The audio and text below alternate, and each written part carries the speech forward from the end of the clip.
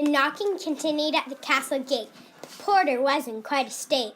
Finally, he staggered out of his chair. "Who in the devil's name is there? I'll open the door. I've had enough." There stood Lennox and the great Macduff. "Good fellow," cried Macduff. "you're quite a sight. We were carousing, my lord, till late last night. We're here," said Macduff. "to wake up the king." In strode Macbeth. These words did sting. "Welcome. He smiled. I'll be your guide." "We're grateful for that," Macduff replied.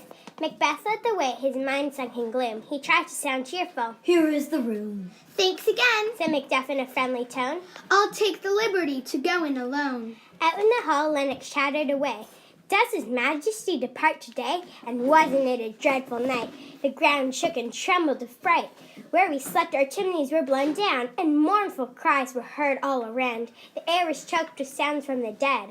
"'Twas a rough night," Macbeth quietly said.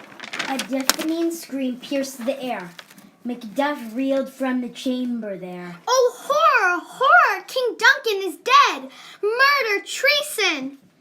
he cried in dread. "Approach the king's room, destroy or stipe with the cruelty of this plight." Macbeth and Lennox hastened through the door. Macduff continued to implore. "Awake, awake, sound the alarm! Who would do our king such harm?" His voice thundered through the walls. Nobles and servants rushed into the halls.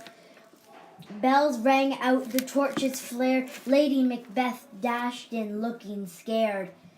"Macduff," she screamed, "tell me, I pray, what is the cause of your dismay?" "Oh, gentle lady," was Duff's report. "'tis not for you, this sad report." Then in a daze he saw Banquo, his friend. "His Majesty's life has come to an end. King Duncan was murdered as he slept. Oh, villainous crime!" Banquo wept. Macbeth returned. "Life is worthless," he cried. Then in came the king's sons, side by side. "What is amiss?" cried Donalbain. Macduff replied, "Your father's been slain." Malcolm gasped, "Good heavens, no! Who would dare to strike the blow?" "It appears his guards committed the deed," the noble Lennox did concede. "Their weapons were bloody, their eyes were gazed. They looked at us, and we were amazed." "But I'm sorry," said Macbeth. "I went on a rampage. I killed them both in my terrible rage." Macduff faced Macbeth. "Wherefore did you so? You destroyed the proof, don't you know?" Macbeth's nerves were ready to break. His lady knew that all was at stake. She swayed in a faint. "Help me!" she cried. "Look to the lady," Macduff complied. As the servants carried her away, Banquo trembled in shock and dismay. He held up his sword. "Hear me all! I shall use my power. The guilty shall fall." Macduff continued, "We'll find who's to blame." Macbeth agreed. "All be the same."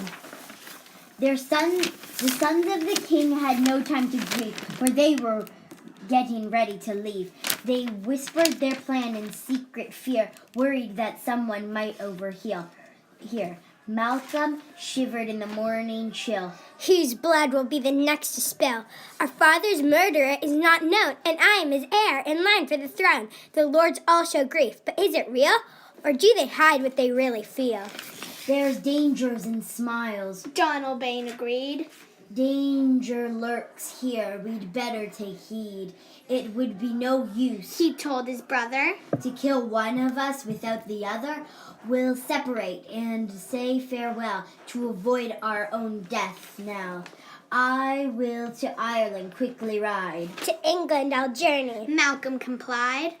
The two embraced, broken-hearted, and within the hour they had departed.